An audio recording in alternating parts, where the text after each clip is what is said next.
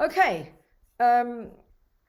so we start, like good Buddhists, with our kind of stating our motivation. I think we might say in our kind of contemporary culture, stating our purpose. Why are we here together, Why are we here listening to these teachings?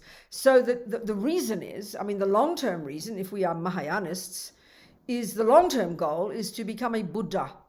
That's the long-term goal, So we're sitting here listening to these ideas, these Buddhist views about how to use the mind, how to train the mind, how to transform our mind into this marvelous potential that Buddha, which we will talk about, for our sake, first of all, so that on the other hand, we can be of benefit to others. This nice analogy that I use all the time, that a bird needs two wings, wisdom and compassion. So here the meditation module, this meditation mode, is all about how to develop our mind so that we can be the beneficiaries, so that we can be marvelous people, so that then we can help others. So our goal, long term, then we call it bodhicitta, this wish that all this information we listen to, we will help us develop our marvelous potential so that we benefit others all the way to Buddhahood. That's the plan. So this can be expressed in our little prayer, our refuge prayer, which perhaps you all know. The first two lines are reiterating our reliance on the Buddha and his teachings for those of us who already identify with being a Buddhist. And the second two lines are expressing this altruistic goal, this motivation. Sangye charang soke chognam la jangcho badu dagni kyab suchi dagi chönyen gipe sonam ki drola penche sangye drumpa shok sangye charang soke chognam la jangcho badu dagni kyab suchi dagi chönyen gipe sonam ki drola penche sangye drumpa shok Sangye charang soke chognam la jangcho badu dagni kyab suchi dagi chönyen gipe sonam ki drola penche sangye drumpa shok. So also, I don't know if anybody from the center, if you've already organized an umze to make a mandala offering. You will do that. I should have done it first. So please, Venerable Pelge, you sing a mandala offering. So what we're doing here is making an offering to the Buddha as if the Buddha were here himself, requesting the teachings. It's so auspicious. So we'll just make a little offering. We should have done it first. And so if we don't know the prayer and we don't know the meaning is very simple. We just use our creative imagination and we imagine piling up all the marvelous things of this universe that make people happy, pile them up and offer to the Buddha as a request for the teachings. So Venerable Pelge will lead the prayer. Just the short one. Thank you. Yes, okay.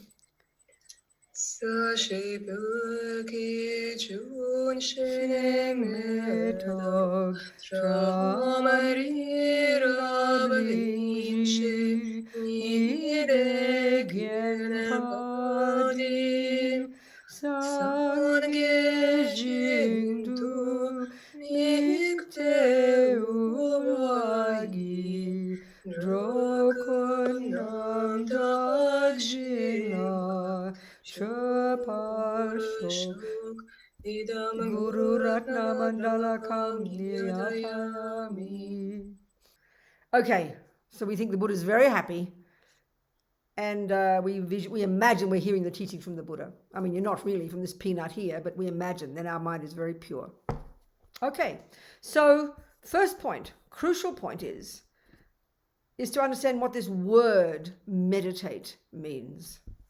I think in modern culture we have so many interpretations. And on the one hand, it's perfectly fine to have many interpretations because Buddha is not a creator. He is not the boss. He does not own. He has no copyright on the word meditate. You can make up your own. Anybody can. There can be 1,000 techniques.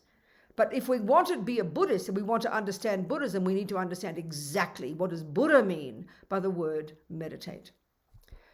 So basically, in Tibetan, it's a very interesting point. The verb to meditate in Tibetan is the verb gom, just the sound gom, and it's the verb to familiarize your mind, to become familiar.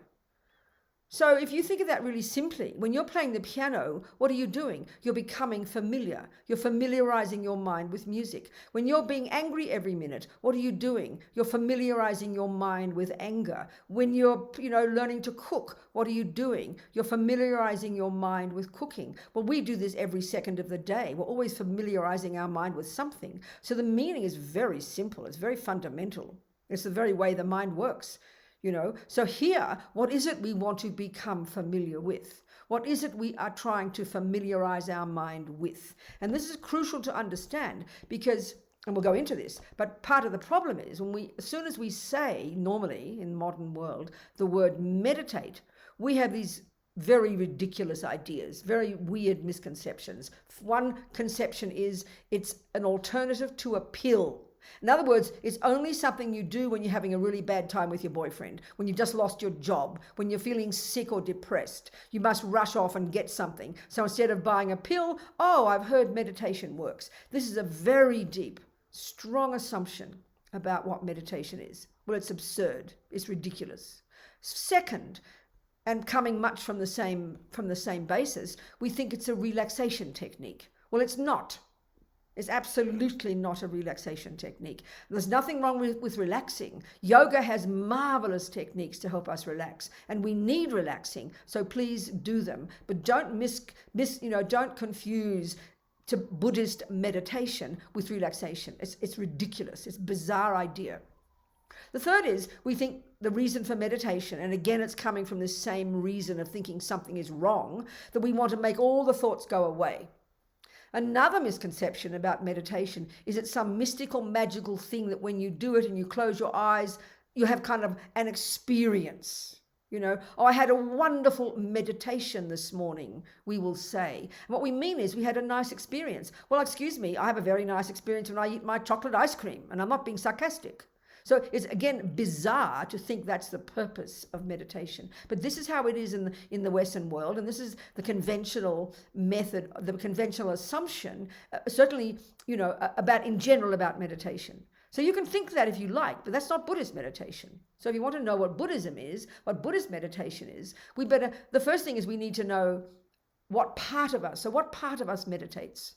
So this is crucial because normally we think of me, I meditate. Well, we're made up of the body and we're made up of the mind. So which part of me meditates? Well, your body does not meditate, I promise. But that's even something else. When we think of meditate, we visualize a person sitting very nicely in full lotus position with their eyes closed, low, nice candles on and nice music and incense. Oh, that person's meditating. No, they might be thinking about having sex with their boyfriend. That's just their body. The mind meditates.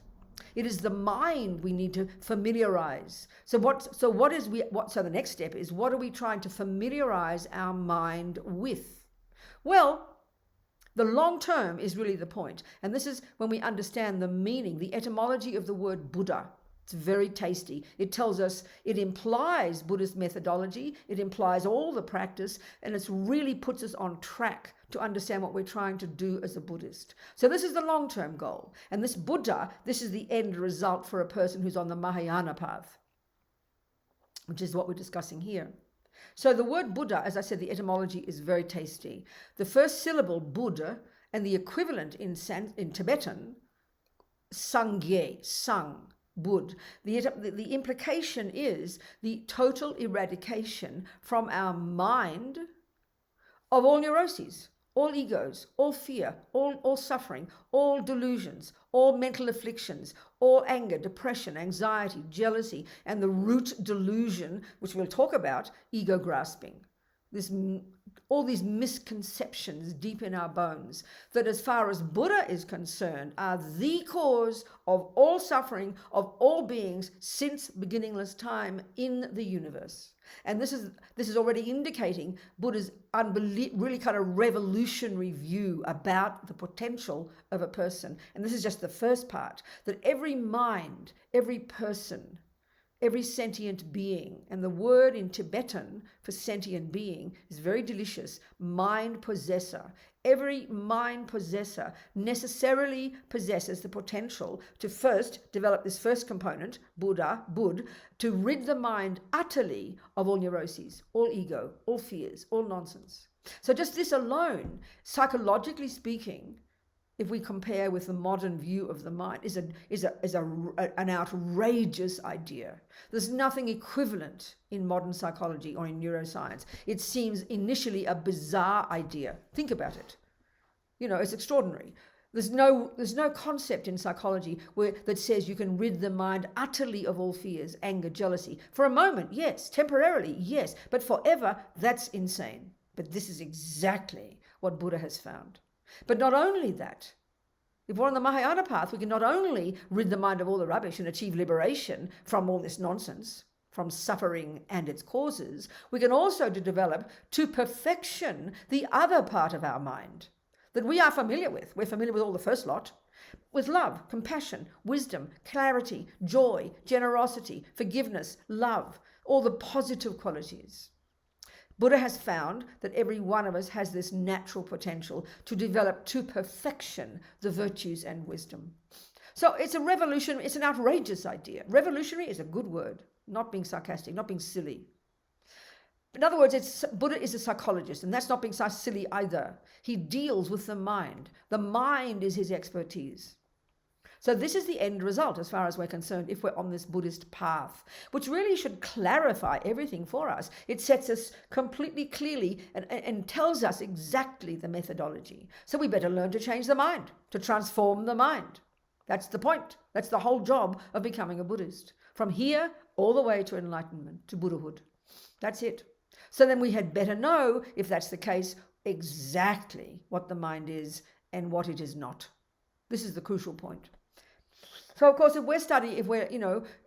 we can take the Buddhist teachings about meditation, for example, mindfulness, one aspect of meditation. We could learn that in the West, which many people, not the West, but the modern world, which many people do. And we don't need to look into the Buddhist view about the mind. We don't even have to worry about that. We don't need to. You can be a 1% Buddhist. You can learn a lot. But if we're trying to be Buddhist, and this module here is in the framework of the Buddhist path, we had better be super clear about what Buddha means by the mind. And in order to understand more deeply the results of successful meditation, we absolutely have to be clear about exactly what Buddha means by the mind. Because if we think of the mind as the brain, it is a load of nonsense to imagine you can rid the brain of all indications of anger and depression and neuroses. I mean, we tried that back in the 1930s. We did lobotomies, didn't we? We're thinking we'd fix a person. No, we just turned them into vegetables. So clearly it doesn't fit. This view of ridding your mind utterly of all neuroses does not fit with the mind being the brain. So I'm not arguing, Buddha's not arguing that we have a brain. No problem. It's just that he has a different interpretation of what the mind is and its function. So, I could say perhaps quite simply, without trying to insult neuroscientists, that the brain is a physical indicator of what goes on in the mind. Because this is the first point about the mind for the Buddha. Fundamental point for the Buddha. Mind is not the brain. Mind is not in any way at all physical. This is shocking to hear, because if we're philosophical materialists, we don't assert anything that isn't material. We just assert the physical. Now, if we're Christians or Muslims, we do assert something not physical, but the difference is we'd call it a soul or an atman, a self, or the Greeks call it an essence. I don't know what you Russian philosophers call it. So here Buddha does not assert a soul. He has no word and equivalent for that. His view is there's a mind, and that word is used synonymously with the word consciousness. So first, this mind of ours, which has this marvelous potential to become a Buddha, one, fundamental, it is not physical. Two, the word is used broadly, synonymously with the word consciousness. Three, as we've already indicated, this mind of ours has this outrageous potential, this radical potential to be free utterly of delusions and to be perfected in goodness. So in the broader sense, you could argue, and we're going to get to this word to meditate again in a minute, we're leading to it, we need to familiarize our mind with virtue and goodness. That's finally what we're trying to do. And these formal meditation skills are the brilliant psychological skills that enable us to do that. Now, the next point about the mind, and this is a shocking point, this is something that really flies in the face of our usual views in modern psychology and modern science. For as far as the Buddha is concerned, nobody gives us our mind. So if we're Christians, we know perfectly well when the mummy and daddy did their thing and the egg and sperm came together in mummy's fallopian tube, we know, if you're Christian, that God put the soul there. And that soul is this intrinsic, essential, non-physical part of you that makes you a human, and it comes from God. In that sense, you're created by God. There is no concept like that in Buddhism. Not only just no concept, he argues with that in great depth. Not to be argumentative, but this is his own direct experiential findings. Because remember, Buddha is not a creator. Therefore, Buddhism isn't revelation. It doesn't come from on high. It comes from Buddha's own direct personal experience. So the other point that Buddha argues with, and this is shocking as far as our materialist philosophical views are concerned, is that our parents don't give us a mind. They don't make us. This is really shocking to us. We just assume, and all our neuroscience, all our psychology, all our psychotherapy is based on this absolute assumption that we do not question that our anger, our love, our compassion, our kindness, our being good at football or music, which are the components of our mind, of our very being, that of course these come from mummy and daddy. And logically that fits with the materialist view because we only are physical material. We're the egg and the sperm, the genes, the DNA, the chemicals. So that naturally we track it back to mummy and daddy, to grandma, grandpa, and back to the monkeys. That's our view in the world, isn't it? And we take that as a given. We take that as a truth. So Buddha doesn't totally argue with that. It's pretty evident our body comes from our mummy and daddy. But the crucial point for the Buddha, our mind, our love and compassion and kindness and psychosis and goodness and wish to play football or music, these are components of our mind, but they do not come from a creator and they do not come from mummy and daddy. Now this is an assumption. This is a view. This is Buddha's proposition. This is Buddha's experiential findings. So clearly we can't prove that immediately. So we've got to take it as our working hypothesis. This is so clear. But this is what underpins all of Buddhist psychology, all of Buddhist philosophy, all of Buddhist metaphysics, all of Buddhist practice. So if we want to become familiar with Buddhism, or even indeed devote ourselves to it, we take this as our working hypothesis. Otherwise, Buddhism, 1% wise, as I said before, you could do mindfulness in the world and not think about these things. But here we're talking the bigger picture. In this Discovering Buddhism series of modules, we're presenting the bigger picture, the entire Buddhist view, worldview, So we take this as our working hypothesis. And to really understand the long-term potential of the mind, we need to posit this possibility, because the brain clearly can't be free of the tendencies of anger or whatever we call it, And that anyway is just the grosser level of mind, because this points to the next point about the mind, which is implied by what we've said already, that consciousness or mind has much subtler levels of cognition. I mean, the level we function at now, which is the sensory consciousness, and the level of conceptuality, which is all we posit in the modern world, all we posit in neuroscience, that's the tip of the iceberg of the function of our mind. This is a fundamental point, that our mind has these much subtler levels. Now, this just doesn't come from Buddha. It was His Holiness the Dalai Lama, I always quote. He said, it was these amazing Indians more than 3,000 years ago, before the Buddha, who were the ones who first began the investigation into the nature of self. Well, we, maybe not you Russians, but, us Christians, maybe the Christian world, yeah, that includes Russians. The Christian world, we track ourselves back to the Greeks. Again, I don't know if you Russians do, but half our fancy words in English are Greek, we love the Greeks, and nothing wrong with the Greeks. So we track our philosophy back to the Greeks. Well, that's, fine, nothing wrong with that. But what do we know about India? Nothing, zero, because we don't study it. We think these idiot Indians, these weird religious people with red spots on their foreheads.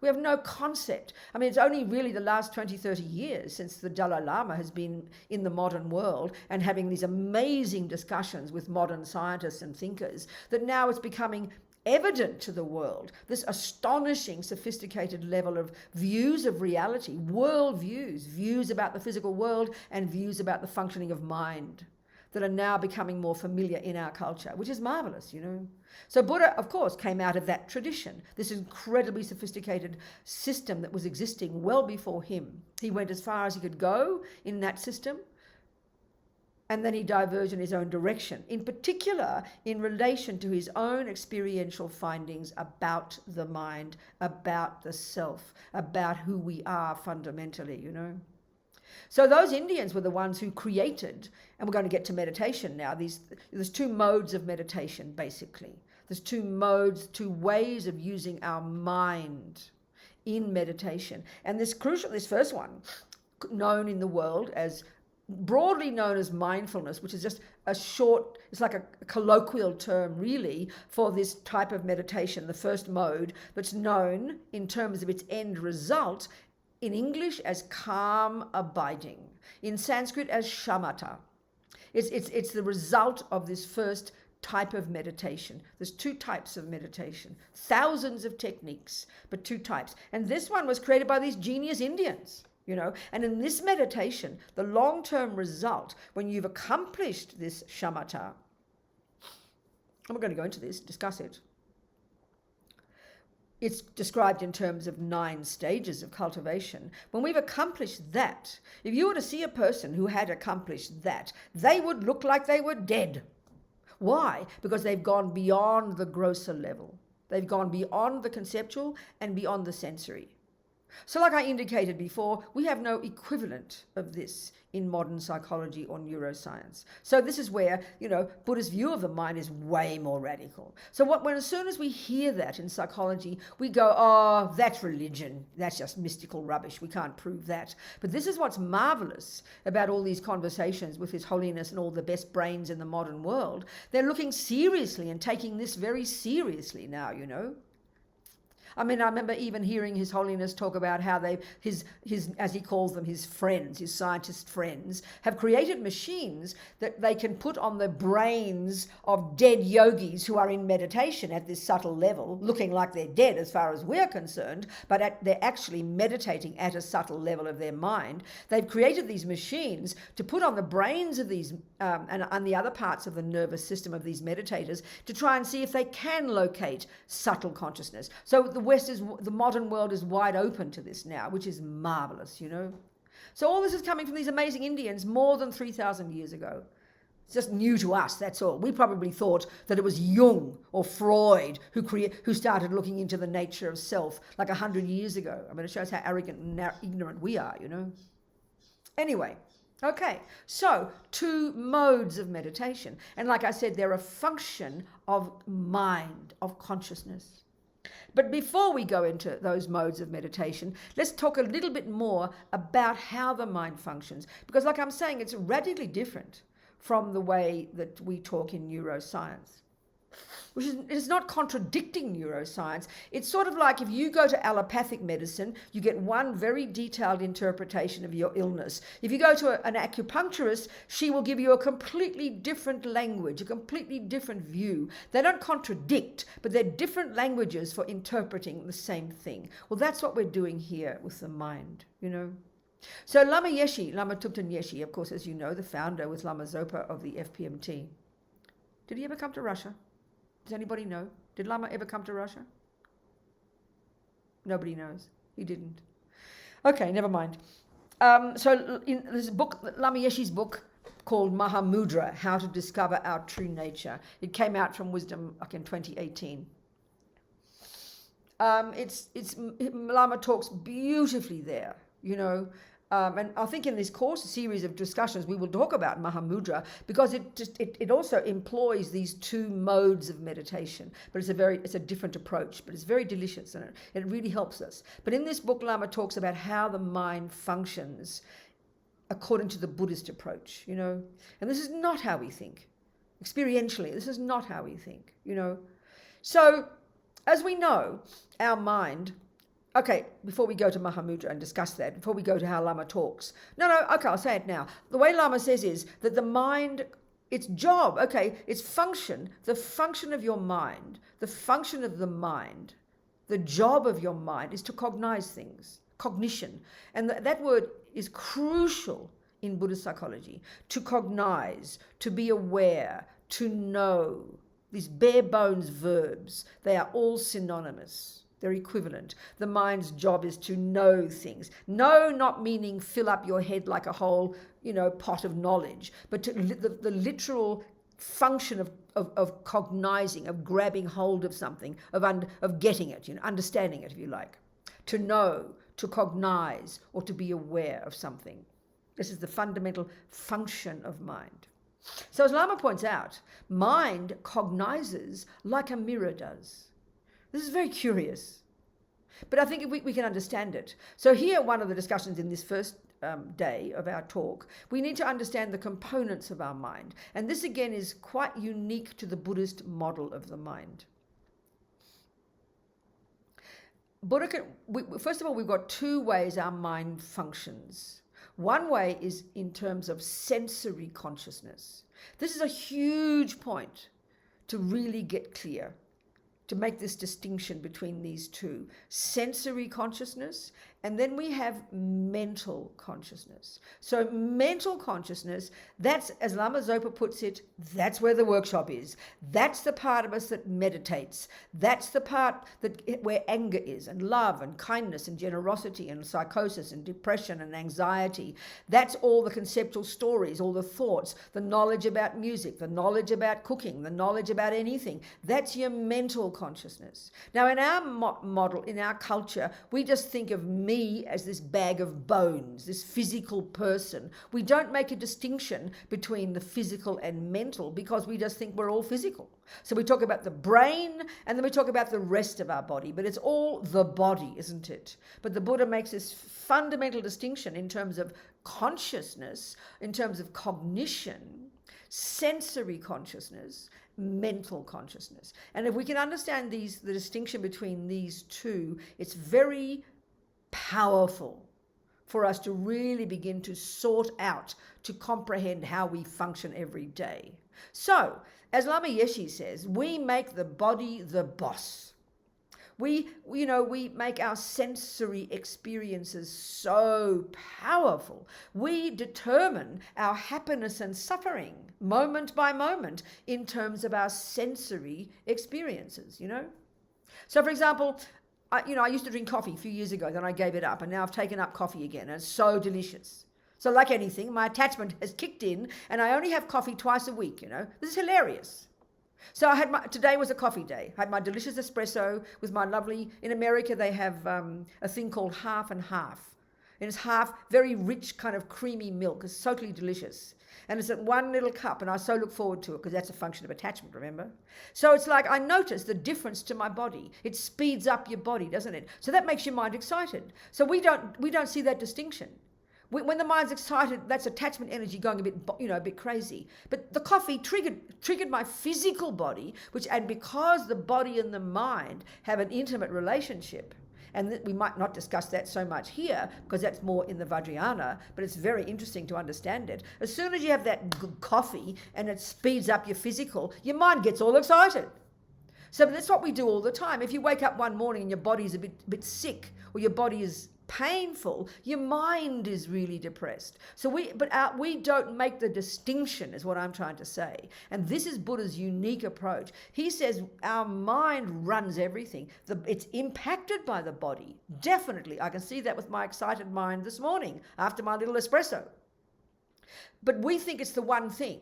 But no, the body and the mind are different. When we have a pain in our knee, we assume it's automatic that our mind is depressed. When somebody, when the car nearly jumps in front of you, and I've driven in traffic in Moscow, wow, guys don't just put their fist out the window. One guy put his entire body out the window. I'll never forget it in Moscow. I was blown out. I thought, this is amazing, these guys, So, you know, when you're angry in your mind, your body explodes. So we don't make the distinction, but that's the point that Buddha makes. And this is incredibly powerful. It's implied throughout Buddhist practice, you know. So sensory consciousness is, and this is to spell it out, okay? And it's not your sensory consciousness that has anything to do with meditation. It's your mental consciousness. So your sensory consciousness is that part of your mind that, in the case of eye consciousness, functions through the medium of your eyeball and your eyelid open and all the nerves working beautifully and the light being on and the object being in front of you. So then you have a cognition. When I look at my black, you know, here's the color black, or the black is there, the light is on, all the conditions are there, my eyelid is open, my nerves are working, so my eye consciousness, which is not physical, functioning through the medium of the physical parts and in dependence upon all the other conditions, I will have a cognition of color. So eye consciousness can only cognize two things. It can only cognize shape, and it can only cognize color. But what do I think it cognizes? A beautiful, well-designed thermos. No, load of rubbish. When I look at Fred, if I'm in love with Fred, it's absolutely certain, isn't it, that I believe that my eyes are cognizing a divine, handsome man. Not true. Just not true. This actually is profound if we can really see the implications of it, okay?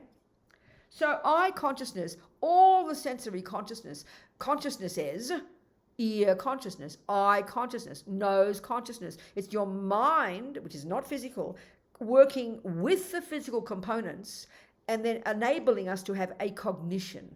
Ear consciousness merely cognizes sound. Eye consciousness merely cognizes shape and color, etc. So they're like dumb animals with respect to animals. They're profoundly limited in their capacity for cognition. But as we know, we give so much power to the senses because we don't make the distinction. This is already a hugely important thing when we're trying to understand the Buddhist view of the mind and how it functions. Then we've got the mental consciousness. Well, as Lama Zopa says, that's where the workshop is, okay? That's where the workshop is. That's where all the thoughts and feelings and emotions, unconscious, subconscious, instinct, intuition, knowledge, intellect, all that vast body of stuff, that's your mental consciousness, you know? So, okay, this is a good example. If it is not my eye consciousness that cognizes a well-designed thermos, which part of my mind is cognizing it? Well, guess what? That's your mental consciousness. So, you know, you could say like this, and this is how it works. The second my eyes go here, in a millisecond, and I'm not joking here, quicker than Google, because of our habit, not just this life, but for countless lives of processing everything mentally, quicker than Google, out of my mouth comes, oh, what a well-designed thermos. So, of course, we don't notice how quick that whole process is. But what's happening is, because of our habit, we don't make the distinction between eye consciousness and mental. Hang on. I'm so sorry. Hang on, I'm so sorry. I'm taking your call, Matt, but I'm on teaching in Russia. Oh, I'm sorry. Was there anything urgent? Just tell me it. No, I was calling you back. Oh, that's wonderful. Goodbye, see you later. Okay. Not allowing participants. Go on. Yeah, there I am. Forgive me. I thought it was something urgent. I was waiting. Forgive me. Okay. I hope we're communicating so far. What time is it? 1:45. And we've got 1 more hour and a quarter. Gosh, maybe I should speak more fast or say less. I don't know, if you've got a list of all the things we're supposed to talk about, maybe I won't stick to the order, but we'll get it all done by the 6th one, okay? Or the 4th, or whatever. So is that okay? Do I have permission to go off on my own trip? Okay, good. Thank you. But I think it's so important to understand these things, okay?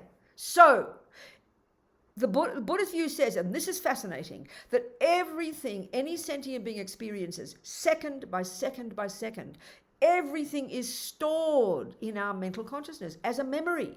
Like Lama Zopa said, it's like we're taking photos all day, every second of countless lives, and all the negatives, all the images, all the digital images are stored in our mind. This is fascinating. So then, to the degree that I can access anything I've remembered in this life, the moment I see that shape and color, up comes this concept. I remember it's a thermos, in English, this company that makes these things, I know what it is, I know the definition, I recognize it's black, I recognize based on my taste in design that it's well designed. We've stored that information in our mental consciousness. So that's where the workshop is. And this, right now, the Buddha's saying that this workshop of ours is like there's no filing system. It's completely chaotic. We don't pay attention to it, and this is really true in our world. We don't pay attention to what's there. We think it's all a function of our brain. We think mummy and daddy gave it to us. We think we're an innocent victim who didn't ask to get born. This anger comes from mummy. This depression comes from my ugly boyfriend. This happiness comes from the delicious chocolate cake. Buddha's saying we have all these crazy misconceptions, layers upon layers of misconceptions stored in our mind that we believe are the truth. And we never pay attention to this mental consciousness. And that's 99% of our problem. We can see all the wrong assumptions we have. So the Buddha's point is really simple. It's the most difficult job we'll ever do, but his point is really simple. He is saying this, that what goes on in our mind, in our mental consciousness, this is the source of all happiness and all suffering. And that's indicated by that word Buddha, Sangye, And that we have the power to completely radically deconstruct and reconstruct the contents of this mind, which means our conceptual stories, because that is a well-designed thermos. What is that? It is a conceptual story. It's a concept. It is a thought. It is a story that my mind has constructed based on my habits. And then the point is, we believe whatever our mind tells us. This is the way Buddha's talking. So he divides, and okay, now let's get technical. He divides the contents of our mental consciousness at this grosser level, the level of conceptuality, because that's just the tip of the iceberg. We've got these subtler levels which are not conceptual and not sensory, which we can access in the long term with calm abiding meditation, and we'll go into this. Then all these conceptual stories are at this gross level. He divides them all into 3 categories. Now, this is not how we talk in modern psychology or neuroscience. It's a very different model, okay? He divides all these thousands upon thousands of thoughts and feelings and emotions into 3 categories. There's no 4th category. There are those that are neurotic, deluded, disturbing, distressing, and the term, as we know in Buddhist psychology for all of these, is the word affliction. In Sanskrit, klesha. I don't know what the Russian word is, and I don't know what the Tibetan word is, but that's the typical word that's translated. But Lama Yeshe, again, he was so marvelous. Lama started teaching modern people and all these hippies coming from America and Australia, maybe some Russians as well. Yeah, there was one, his first student. Actually, Lama called his first student, her name was Zina Rachevsky. I think she was a Latvian aristocrat, but Lama always called her a Russian princess. Okay, so you can own Zina, Lama Yeshe's first disciple, Zina Rachevsky, but she was in fact Latvian and some aristocratic family. But Lama loved to call her a Russian princess. So there you go, you people, you can own that. So anyway, Zina was their first student. She came to Bodh Gaya, came to Bodhanath in the mid-60s, looking for, at the time when all the modern people coming to Kathmandu for 2 things, for enlightenment and drugs. I don't know why we conflated those 2 things, but that was a very strong conviction. So she came along, and in the mid-60s, she found them up in Darjeeling. She met Lama Zopa Lama Yeshe in Darjeeling. They'd both come out of Tibet, and they'd met in these, where they were, in this place in India where all the Tibetan exiles first lived, Baksadur, and then Lama Zopa became Lama Yeshe's disciple. Lama Zopa was 10 years younger. He was about 16 at the time. He was Lama Yeshe's main disciple.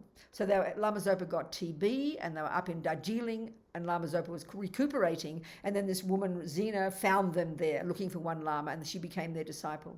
And then they moved to Bodhanath, to Bodhanath. And then all these modern Westerners coming looking for drugs and enlightenment. And that's how they met the Lamas first. That's how the FPMT began.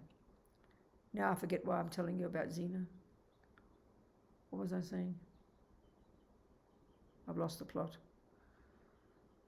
Talking about, Lama Yeshe, that's right, in Mahamudra. The word affliction, okay? The one word in Sanskrit, in Tibetan, that is the term used for these neurotic, deluded, ridiculous, unhappy states of mind, which we are super familiar with. They're called anger. They're called attachment. They're called neediness. They're called expectation. They're called depression, anxiety, low self-esteem, rage, despair. You name it. We know them. We are intimately familiar. Well, this is all in this first category. So, Lama Yeshe, somehow, I don't know, it was like he was born a hippie. He just knew this was a stupid word. I don't know in Russian what the word is. I've no idea. I don't know if it's a modern word, but affliction in English is a word we know, but you don't use it. It's very arcane. It's very medieval. You don't say, oh, I have an affliction. Only if you're a Buddhist. But it's ridiculous. We don't talk about it. So Lama, I saw in Mahamudra, because I happened to edit Mahamudra, so I counted, he used at least 21 different terms, most of which he made up. In his effort for modern people to try and comprehend what an affliction is. So if we hear anger, we're very familiar. If we hear jealousy or attachment, we're not so sure because we've got very different interpretations of that. But we know these unhappy states of mind. They're the afflictions. So this is the first category of states of mind. And these are the ones that Buddha has found that we can get rid of. So it takes a while to comprehend how that's possible. But as we go along, we will describe this. What are the characteristics of these neurotic states of mind and why they are the source of our suffering? Therefore, why we can get rid of them, which is the purpose of being a Buddhist and therefore of meditation.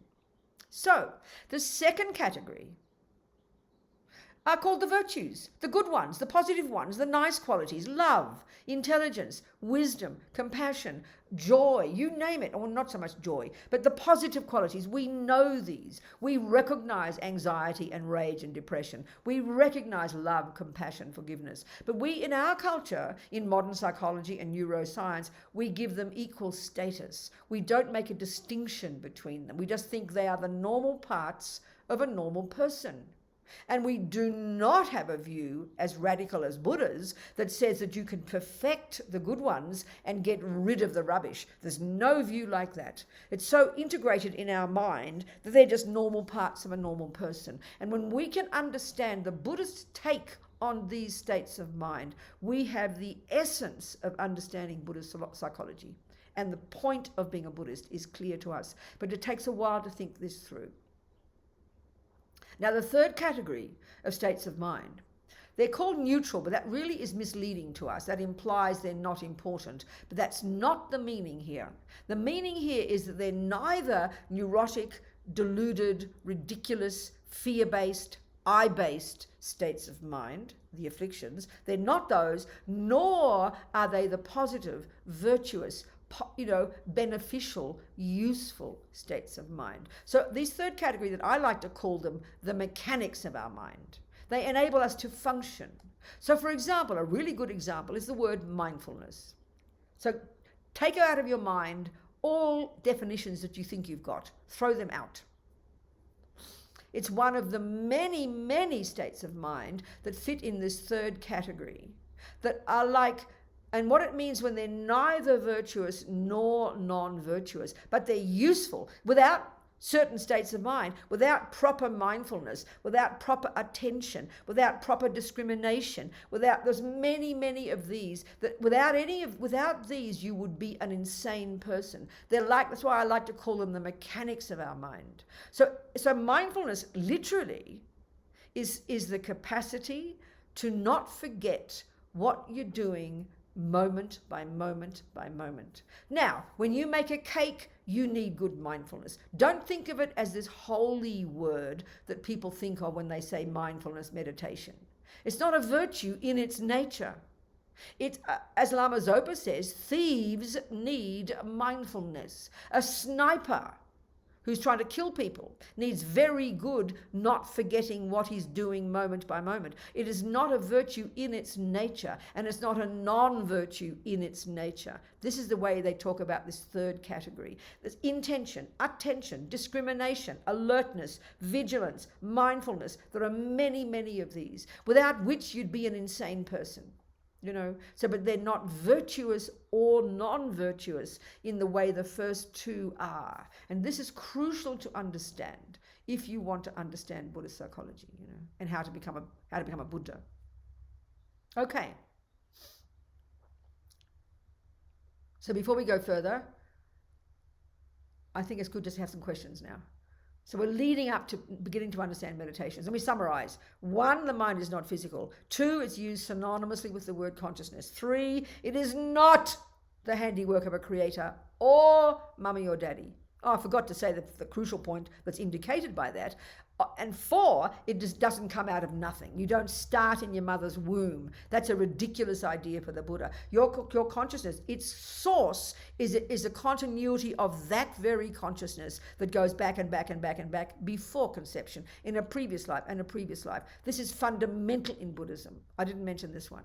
It doesn't start in your mother's womb. It is not the handiwork of mummy and daddy or a creator. In other words, it doesn't come from someone else. It comes from a moment of itself. It's its own continuity, this mental continuum, as they call it. Next point, it's got these subtler levels of cognition, which in the long term we can accomplish in this first mode of meditation. We haven't even discussed the second mode yet. And 3, it's got this amazing long-term potential to be rid of all the rubbish and full of all the goodness. And then we've divided the 2 ways our mind functions. Sensory consciousness, which is this very limited capacity of our mind that functions through the medium of the body, to have sensory cognitions of shape, color, sound, smell. But as Lama says, we make the body the boss. We give way more power to the physical than it really has. And then we have mental consciousness. And then we've just described briefly the 3 components of the mental consciousness. There's no 4th category. And in general, the job of being a Buddhist and the job of meditation, specifically the formal techniques, is to sort out this chaos in this mental consciousness and eventually to rid the mind of all the neurotic ones and to grow to perfection all the good ones. That's the essence of the entire Buddhist path, actually. So now I need you to ask me some questions. This will be our discussion. Questions with me. Come on. The first question is, the neutral state of our mind is only a mindfulness and awareness, or there are also others? Oh, yeah. So this question from Nikita. Nikita, как-то себя обозначьте. Okay, first of all, the 3rd category, and it's my term. The neutral, as you said, I call mechanics. No, there's many in this category. And awareness is not one of them, because awareness is the general function of the mind itself. It's not a specific state of mind. Whereas, yes, mindfulness is a specific state of mind. It's the capacity to not forget what you're doing moment by moment. There's another one called intention, which actually is the very meaning of the word karma or action. Every millisecond of our experiences, the thing that drives us is intention or volition or I will. That's in the 3rd category. Attention. Once you've decided to do something, you then pay attention. Another one called alertness, which is watching what's going on. There's many parts of our mind, and it's quite sophisticated. And of course, the best we can do is know them intellectually, but only when we're a great yogi do we actually recognize each of these parts of our mind. And again, we're not describing components of the brain here. We're describing actual parts of our mental consciousness. all of which work beautifully to make us function to do ordinary things in daily life. And these states of mind, like I'm saying, are neither virtuous nor non-virtuous, but they're crucial pieces. So if you're a meditator, you need good attention, good discrimination, good mindfulness, good alertness. And if you're a murderer, you need good intention, good attention, good, alertness, etc. Robina, may I translate, because I'm not translating you right now simultaneously. I'm just Oh my writing God, down. I'm sorry. Because we switched to another mode because of questions. No, I'm sorry. no, I'm so sorry. I just didn't remember. Have I said too many things? Do you want me to repeat it again? No, Please, I'm happy to. I think it's okay. I start to... Okay, please forgive me. I'm so sorry. Итак, во-первых, это не нейтральное состояние ума, а мы говорили о механике ума, я это называю, потому что нейтральное — это там, где добродетели, недобродетели, и вот нейтральное, а это у нас механика, без которой ум просто не способен действовать. Я тут просто немножко перевела ваше внимание как awareness, в общем, осознавание, да? Осознавание не является, сюда не попадает никак, потому что оно является основополагающей категорией. А потом, если говорить дальше, то, да, вот эта вся механика, вот эти механизмы нашего ума, они состоят из очень большого количества, там не только внимания, там очень много всяких элементов, которые, собственно, движут и являются двигателями. То есть намерение, внимание, такая вот, как это... Intention, attention, discrimination, alertness. Развлечение, вот это чувство того, что вы следите And за whether you're a ситуацией. murderer or a meditator, you need both of these. И при этом, если вы медитирующий или если вы убийца, вы будете всегда обладать очень четким развлечением вот этих всех, очень четкой работы всех этих компонентов. То есть для того, чтобы быть хорошим йогом, вам нужно их все очень хорошо осознавать. И ментальное сознание, оно не равно всем этим компонентам. То есть тут мы не говорим ни о добродетелях, ни о добродетелях, мы говорим о механике. And as I said, we have to learn these first theoretically, but to actually know experientially these different parts of your mind, that's really sophisticated. Only the greatest yogis can do that, И, конечно, теоретически эти все вещи мы можем очень хорошо изучить на практике, но для того, чтобы действительно их хорошо различать, и вот это отвечает на вопрос кого-то уже там внизу списка, because there was such a question, I just make an announcement that you should partially answer another question, because someone asked, how can we divide things inside our mind? So you just answered that. That's right. Theoretically it's possible, but то есть теоретически это возможно, а на практике нужно быть очень хорошим йогином. Это уже вопрос вашей практики. So like anything, if you're trying to learn the components of the brain, the first thing is you have to learn the words, don't you? То есть это как во всем, если вы хотите изучить компоненты вашего мозга, вы должны узнать, как они называются просто. And then you get your microscope and you learn and you look and you identify. А затем берете микроскоп и смотрите внутрь и уже понимаете, что чему соответствует. So here, the microscope of our mind is mind at a subtle level when we're in single-pointed concentration in shamatha. А здесь микроскопом является наш более тонкий ум, которого мы достигаем в шаматхе. And just like you can have a brain and you can have a microscope, but if you don't have the words, you don't have the knowledge, you can look at a brain for 1,000 years, you won't see the different components. You first have to have the words, and then with your microscope, you then identify them. The same with the mind, the same with cognition. Но если уподобить наш мозг, то есть если мы будем смотреть наш мозг при помощи микроскопа 1000 лет, но мы не будем знать названия всех этих компонентов, то мы ничего не сможем обнаружить. Поэтому мы сначала изучаем слова, то есть сначала обладаем теоретическим пониманием. This is a really interesting point about people's understanding of mindfulness meditation. И это очень интересный пункт, потому что люди говорят о медитации памятования. And it's the first part of our job is to just have the mind not forgetting what you're doing moment by moment, and to merely observe what is happening in your mind. That's a very first necessary step to do. Потому что, конечно, это первая задача нашего ума, это именно не терять память, а помнить о том, что он делает из момента в момент, и наблюдать просто за тем, что он делает. There is anger. Вот появляется гнев. There is jealousy. А вот это зависть. Recognizing the different parts of our mind.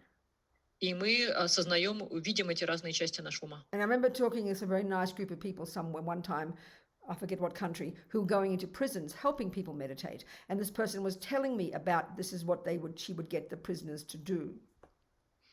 Я тут с одним очень приятным человеком встречалась, который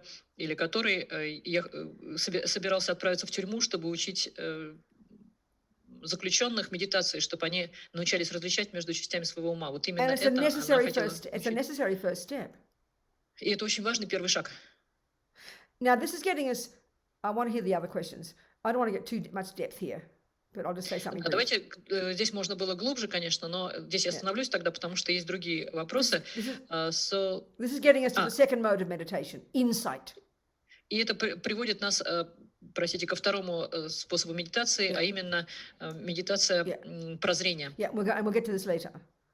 И к этому перейдем позднее. So we go to next question or not? No, not. I'm just finishing this one point. Okay. So this. Okay, no, we'll leave it there. I'll get too complicated. Let's go to the next question. Ну давайте дальше. У нас слишком сложным, поэтому к следующему. So continuum. We know that continuum exists. It's understandable, but why can't we say also that our identity as such is the product of genetics, of education by our parents, of school? Because without that, we have no identity, no personality. Very good point. Buddha would agree with your first statement. Buddha would agree with the first point, but he would not agree with your conclusion. Therefore, if we don't have that, we have no identity. That's too extreme. That's nihilism. Let me explain Buddha's point. А вы знаете, то, что вы сказали, вот континуум существует, это понятно, ну, прочитайте, да, все в чате, я не буду зачитывать, но все, что вы перечисляете здесь, это все очень правильно, только я не согласна с вашим заключением, потому что оно уже склоняет нас к определенному к такому экстремизму. As far as Buddha's concerned, like I said, what goes on in the mind is the main source of all happiness and all suffering. Как я сказала, то, что сказал Будда, в уме находится источник того, что всего счастья и всего несчастья, которое мы испытываем. And that's just like saying the main cause of a rose is a rose seed. Это все равно, что сказать, что главная причина розы – это зерно, из которого она выросла. But we know that a rose is a very interdependent phenomenon.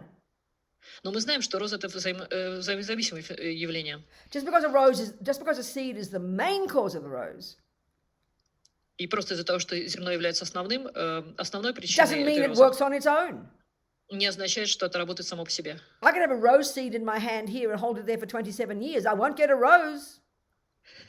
Я могу держать много лет это зерно в своей руке, и роза не возникнет у меня в руке. Because it's a dependent arising.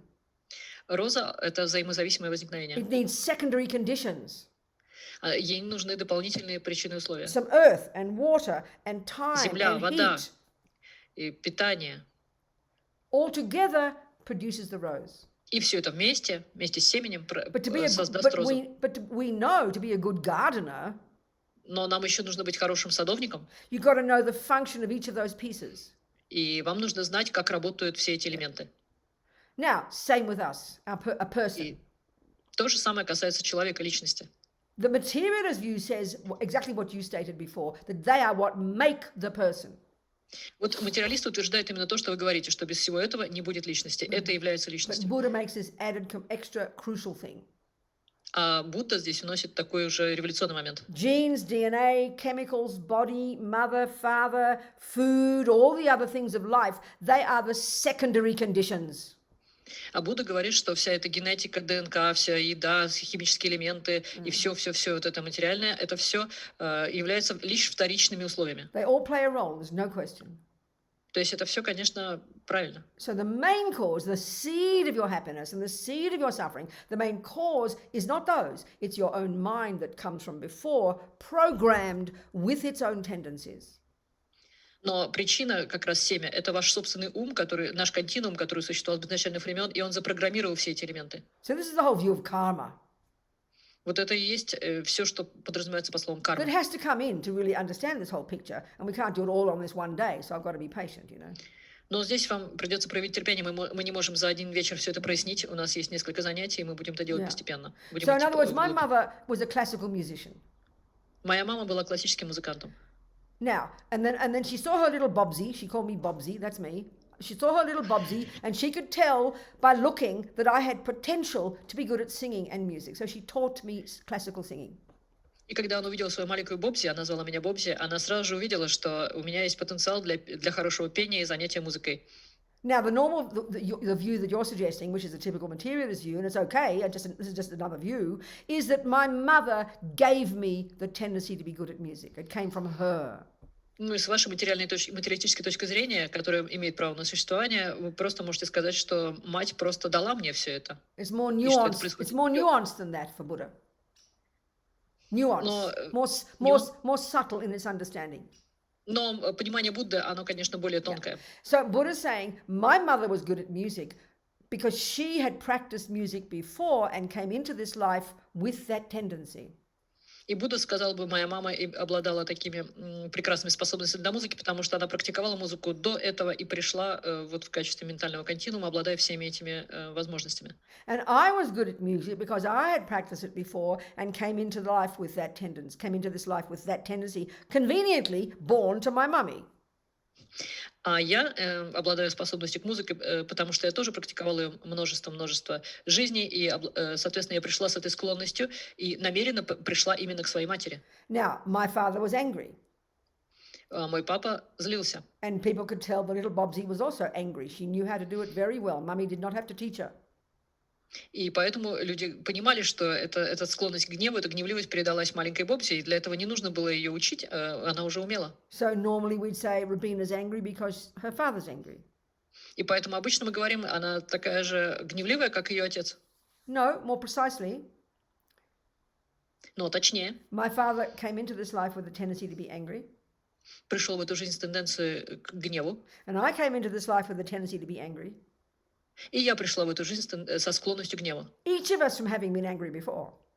И каждый из нас был склонен к гневу и до этого. So then we conveniently came together as child, father and daughter, and I quickly learned to continue that anger. И поэтому, соответственно, так специально все сошлось, что мы оказались в одной семье и оба с одной и той же склонностью к гневу. So it's not as if my genes and my DNA and my mother and my father don't play a role. It's that they're not the only things. They're the external conditions.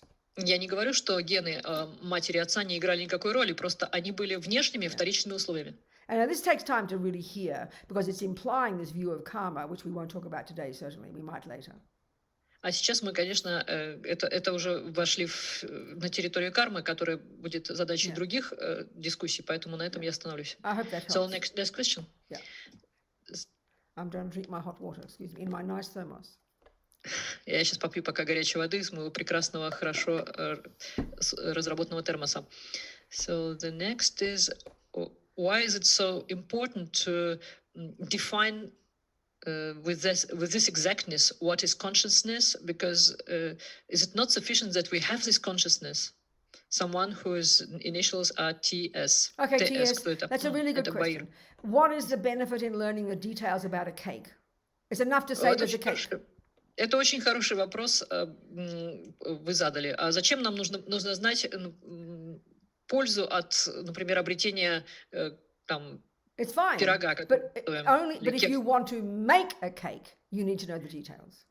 Но зачем нам нужны какие-то подробности про пирог? Но они нам нужны только в том случае, если мы хотим его приготовить. Same here. The only reason to know about your mind. То же самое здесь, если вы хотите, то есть зачем нам нужно знать подробности о нашем уме? If you want to transform it. Это если мы хотим его преобразовать. If you want to get rid of the rubbish. Если мы хотим убрать весь мусор. And stop suffering. И остановить страдания. And if you want to be happy. Если мы хотим быть счастливыми. And if you want to then eventually become a Buddha. И хотим в конце концов в какой-то момент стать That's the Буддой. only reason. Вот и вся причина. If you don't want to learn to be more happy and learn to stop suffering, Buddha says, then don't bother knowing about your mind. It's up to you. You have to decide. You're the boss. Если вы не хотите избавиться от страданий и увеличить счастье, тогда вам не нужно разбираться в вашем уме, просто бросьте все это и прекратите. So it's your decision if you want to do that or not. Так что это ваше желание, если вы не хотите этого знать, пожалуйста. Which part of the mind actually reincarnates? That's a good question, yeah. Тоже хороший вопрос, какая часть ума перерождается. Okay. Well, one way of describing is the Vajrayana model of the mind, which is of the physical world. It's very interesting. The physical and mental world. The Vajrayana. То есть мы в Vajrayane таким образом описываем физический мир. We talk about gross consciousness, subtle consciousness, very subtle consciousness.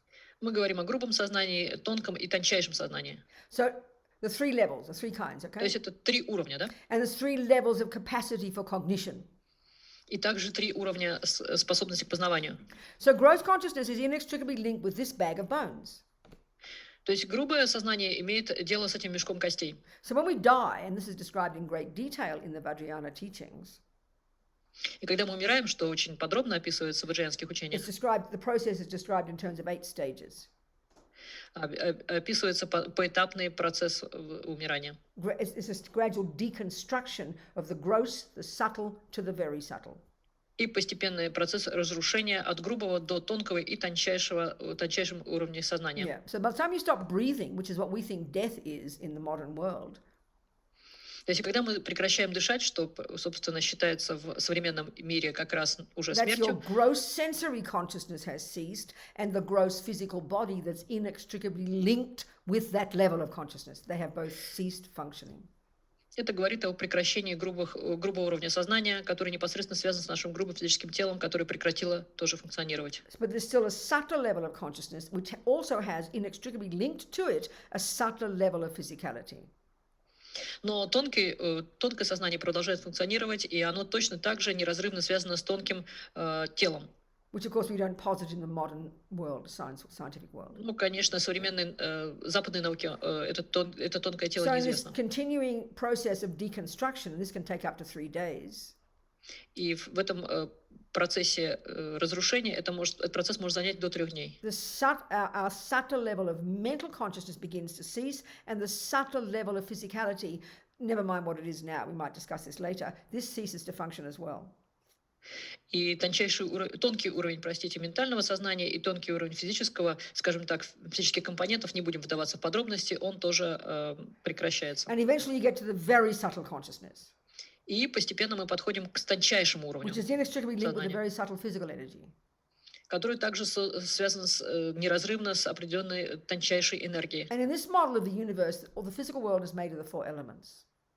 Вся эта вселенная создана из 4 элементов. Yeah, and that's how we used to talk centuries ago, isn't it, in our culture? Но об этом говорится уже много столетий. This is a system that the Ayurvedic system uses. It's the same one the acupuncture system uses. A bit different, but similar. Эта система используется в аюрведе и в акупунктуре, просто немножко там с So now некоторыми we're at различиями. the subtlest level of our conscious being, this very subtle consciousness, sometimes called clear light consciousness. И тончайший уровень нашего сознания иногда называется сознанием ясного света, Inextricably linked with this very subtle wind energy or air energy, the subtlest of the physical energies. который связан абсолютно неразрывно с энергией ветра или энергией воздуха. Yeah, when that leaves the body. So that leaves the body up to 3 days after breathing stops, and that's very subtle consciousness, if you like, is like the repository of all the trillions of karmic imprints of everything we've ever said and done and thought, because nothing goes astray. It's like the repository of all the karmic imprints of our tendencies, and that is basically our mind is programmed, and then it will leave that body, and then based on the karma that we've created, it'll find another mummy, and off we go. Another life. И вот через 3 дня после прекращения дыхания остается вот это тончайшее сознание, которое является гигантским хранилищем всех отпечатков, всех склонностей, всех наших возможных тенденций, которые и программировали это тело на определенную жизнь, и которые будут программировать следующее тело тоже на определенное проживание, на определенный опыт. We're our own creators, as His Holiness says.